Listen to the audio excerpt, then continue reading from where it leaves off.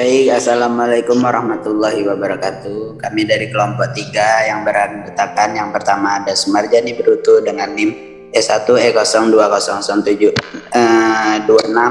Yang kedua Repinaldo Simbolon dengan NIM E1E02054. Yang ketiga Yunita Friska Sitanggang dengan NIM E1E020040. Yang ketiga Alki Fahasin dengan NIM E1E020069.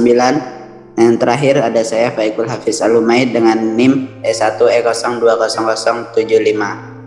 Baik, di sini kelompok saya akan menjelaskan materi yang akan dipaparkan yang pertama oleh Sumarjani Brutu. Oleh Sumarjani kami persilakan. Baik, di sini saya akan menjelaskan gambar dari permukiman. Dapat kita lihat bahwa permukiman ini tidak asri lagi. Dengan pepohonan yang sudah semakin sedikit, permukiman tersebut memiliki kepadatan penduduk yang tinggi sehingga dapat mengakibatkan penumpukan sampah oleh masyarakat dan limbah pabrik di sekitar permukiman tersebut. Limbah atau sampah pabrik yang dibuang ke perairan tersebut masuk ke perairan membutuhkan oksigen untuk penguraiannya. Ini akan menyebabkan peningkatan BOD atau BOD tinggi. Masuknya limbah ke perairan juga menyebabkan pencemaran.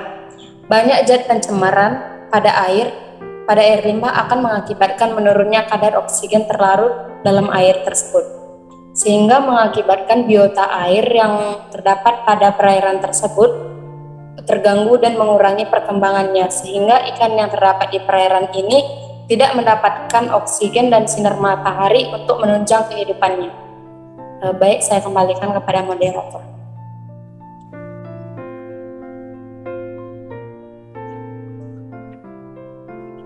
Baik, terima kasih.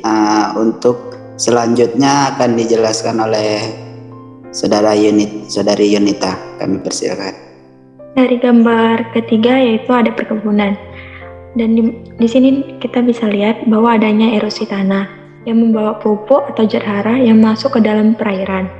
Yang ada gambar sebelahnya itu seperti perairan di mana berfungsi sebagai pertumbuhan dan perkembangan hidup tumbuhan air.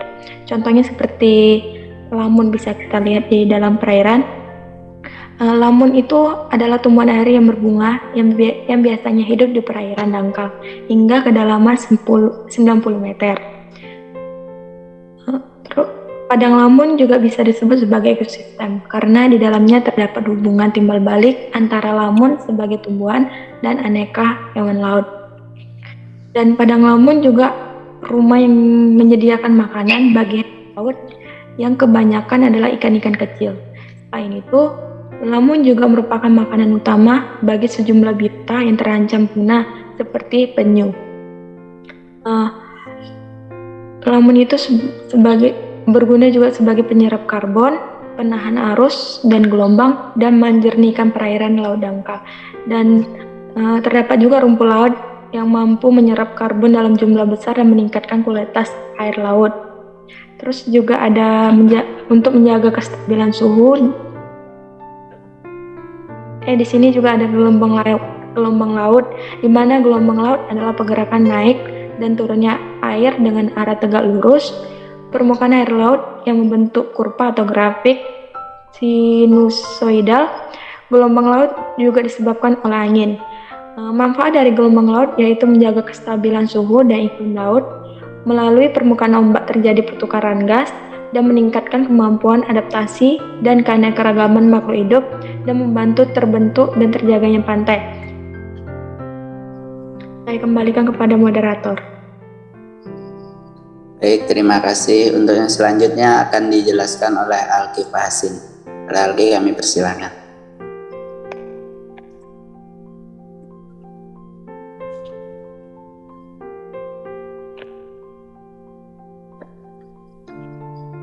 Alki Fahasin.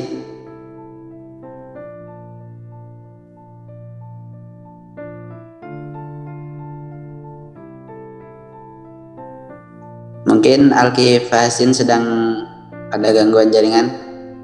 Untuk selanjutnya kami persilakan Saudara Repinaldo.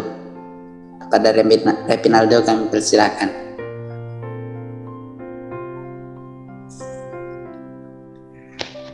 Baik, terima kasih kepada moderator. Di sini saya akan menjelaskan sedikit tentang organisme pada gambar, yaitu yang melayang seperti plankton. Di sini saya akan menjelaskan kaitannya dengan pepohonan. Plankton dapat dibagi dua, seperti yang kita lihat ada tumbuhan laut yang disebut dengan fitoplankton dan organisme yang melayang disebut dengan zooplankton. Apabila zat hara dari perkebunan larut ke dalam perairan akan mengakibatkan terjadinya eutrofikasi atau pencemaran yang dapat menyebabkan blooming alga. Zat nutrien sendiri tidak hanya berasal dari perkebunan, melainkan dapat juga berasal dari organisme yang ada di laut tersebut yang sudah terurai. Terima kasih, saya kembalikan ke moderator. Baik, terima kasih. Untuk selanjutnya, di sini saya akan menjelaskan. Di sini kan sudah ada gambar nomor 1, itu gambar perairan. Di situ ada ikan paus. Ikan paus adalah sekelompok mamalia yang hidup di lautan. Paus menyimpan karbon yang sangat besar, dan keberadaannya di lautan juga membentuk ekosistem di sekitarnya. Ketika paus mati, jasadnya tenggelam ke dasar laut. Semua karbon yang tersimpan di tubuh mereka yang sangat besar berpindah dari permukaan air laut dalam dan bertahan di sana selama berabad-abad lebih. Paus mencari makan di laut dalam, lalu kembali ke permukaan untuk bernapas dan buang air. Kotoran yang kaya zat besi sangat cocok untuk pertumbuhan fitoplankton. Fitoplankton mungkin berukuran mikroskopis, tetapi jika digabungkan, fitoplankton memiliki pengaruh yang sangat besar terhadap atmosfer planet. Paus bisa menangkap sekitar 40% dari semua CO2 atau 4 kali lipat jumlah yang ditangkap oleh hutan-hutan Amazon.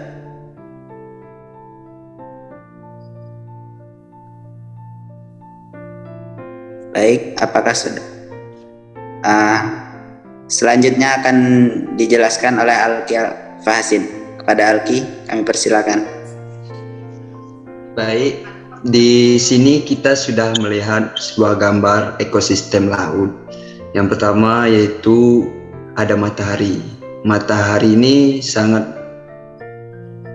penting untuk ekosistem laut karena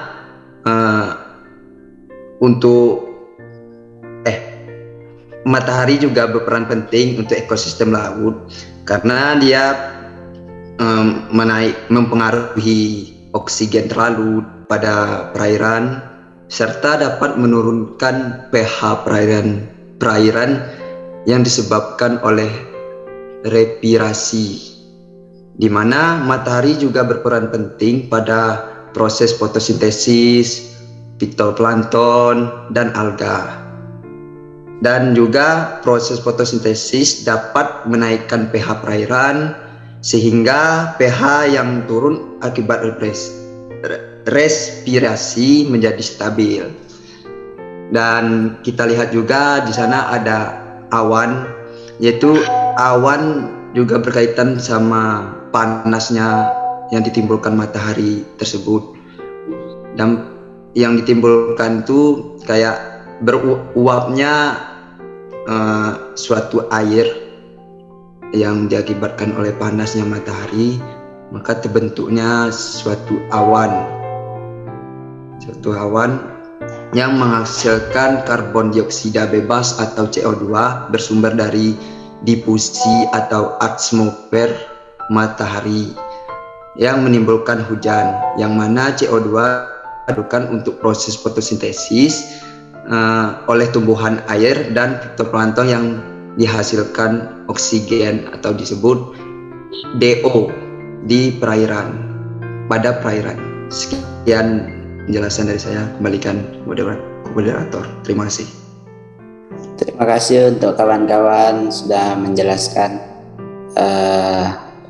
pemaparan dari parameter kimia air, parameter kualitas air. Mungkin ini saja yang dapat kami jelaskan dari kelompok kami, kelompok 3.